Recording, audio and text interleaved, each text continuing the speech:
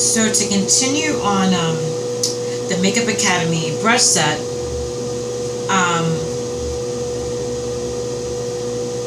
this is just an all shadow brush that comes in this particular kit.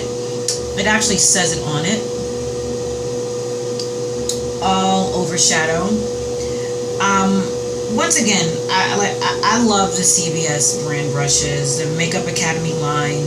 They have really professional-like brushes. So, you know, if you have the money to spend $100 on a makeup brush, so be it. But you can go to CVS and get just as great quality from them as you would get like in a regular department store. On that particular brush, I was talking about the bronzer. This is the blush one. I showed the Victoria's Secret kit that I like the angled brush better, but this will do. I already applied, like I said earlier, the bronzer generously. I mentioned the angled brush, the second angled brush. I applied with my concealer that's the same complexion as me, NW45. I dabbed a little bit in there, angle, and I apply that to my hairline to make my, this is actually a wig I'm wearing, to make my hairline look a little bit more natural. I try to link it up with my natural hairline, like so, but I would just dab it inside there, and that's how you kind of get that kind of naturalness there. But the other brush I think I mentioned, great for concealer as well. Good for large areas. For an area like if you need to use concealer to go underneath your eye, this is perfect if you're not doing a highlighting effect. But if you're doing a highlighting effect, it's way too big. And that's just my personal opinion from experience. Going back to the all over shadow brush that comes in the same kit, I want to go back to the contouring. I utilize this brush to contour, whether it is my NW50 or my NW58. I actually own two. I love this kit so much. I actually own two of these kits. This is the other Makeup Academy version. This is the holiday one that came out last year, and it actually has the same exact brushes. The blusher brush, the angled brush, that flat, large flat foundation brush, and all over shadow. When I saw it in gold, I had to have it. I love gold too much, and it's just so pretty and sparkly. And like I said, I love any brushes that are a travel set. So when I'm basically doing my contouring, I want to touch upon contouring again. My technique that I'm using when I'm contouring, this is probably not the right one. This is my NW45, so this will be my contouring. I'll just choose I'll choose an NW50. My technique, the reason why I use an all shadow brush, a lot of people contour with creams and liquid foundations. I use a powder. My technique is that I sweep the brush back and forth. So I have it on both sides. So when I do apply the contouring, I apply it in a sweeping motion. So product is on both sides of the brush. And I sweep it back and forth, just like so. Even if I'm doing a dramatic look, I'm going to tap the excess powder off that one. That's just kind of a waste of it, because I'm not going to clean that one, because I only use this brush for that particular foundation when I'm contouring. So I'm not going to really wipe that off because there's still product on there, but I want to shake off the excess powder. What I want to go back to is that, remember I was talking about how I highlight, and I only highlight there, and then upside down triangular, I do the bridge of my nose and fan it out. I do highlight on my chin and my lip, and the reason why I want to go back is that brush I used earlier that I mentioned where I contour utilizing this small, I would say it's probably a concealer brush. I mean, if the other one's a foundation, this probably has to be a concealer brush. It's just not labeled that. It's that Beauty 360 that comes in a tube. None of these are labeled. So, you know, you kind of can use them wherever you want. So, same thing with that. I normally put product on the front and back of it. I like product to be on the front. This is the NW35, the the concealer lighter than me, I use that back and forward to have product on both of it. Like I said, I do I showed where I did my eyes, but I always like to dab it right on the top of my lip. I almost forgot to say that. Just to highlight that area right above it. And I'm not much of, the only time I sweep my makeup on is when I'm contouring. I like to be in a sweeping motion. That's the only time I really sweep. Sweeping motion right here. Sweeping motion. Sweeping motion here, like my jaw. So I like to press in. I think when you press the makeup into your skin, it lasts longer. And you activate your natural oils in your skin. So I only apply it there, right above it. And then, to go a little step further from my chin, I could utilize that large, flat foundation brush for my chin, but I always was having trouble making a circular motion on my chin. So I've upgraded to buying this, also CVS brand, this particular blender.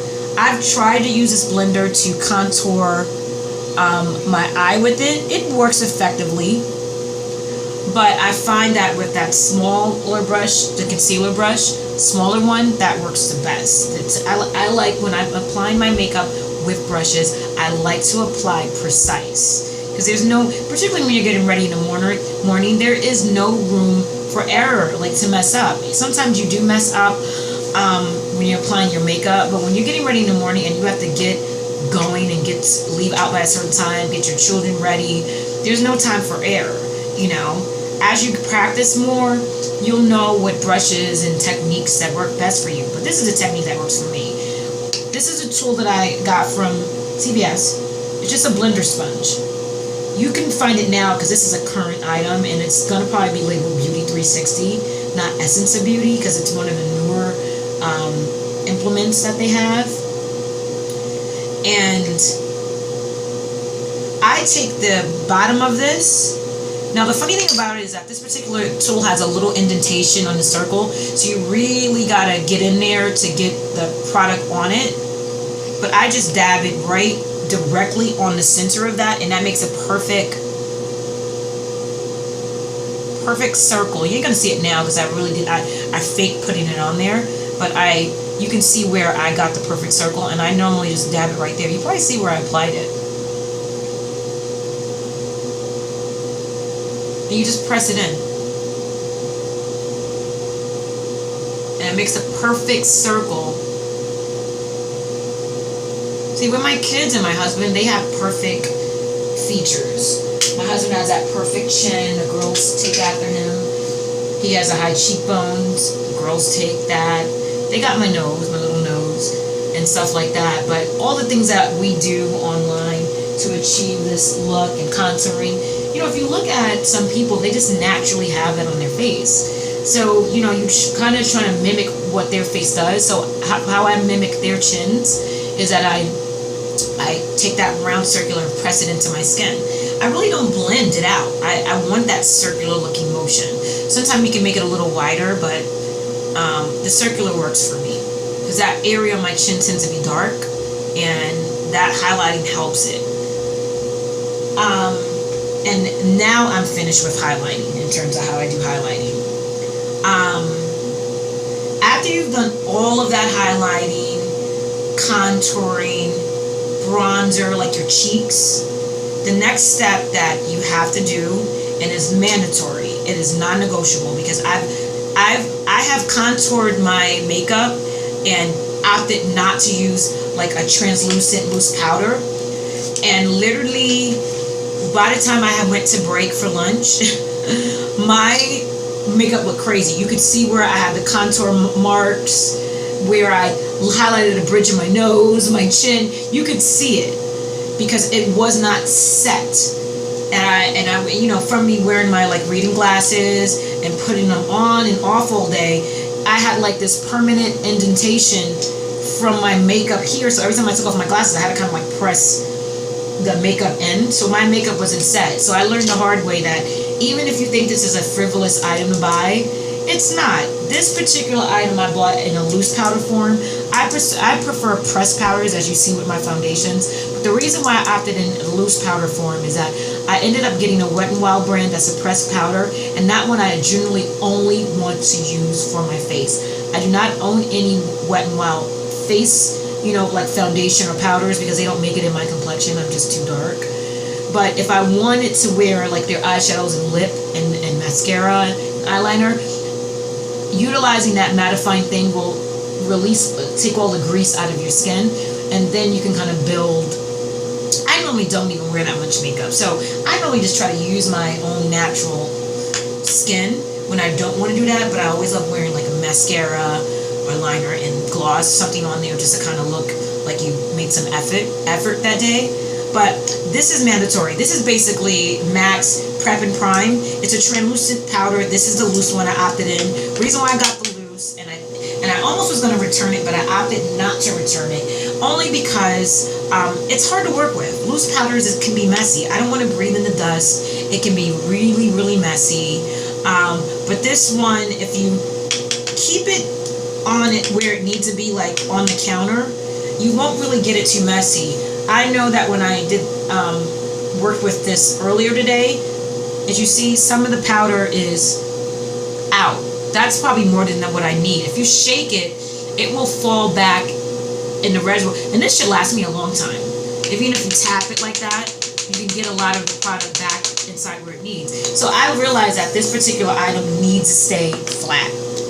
It can't go into a makeup bag. It has to stay flat so not more product activates more. Because what I use is another Makeup Academy brush. It's called a stippling brush. If you don't know what a stippling brush is, I'll give you an idea. After I've applied all this makeup on, highlighted my brow bone with the eyeshadow I showed you earlier called Arena, highlighted under my eye, highlighted here, highlighted the bridge, my chin. I have all these powders. I have the bronzer powder, my foundation powder.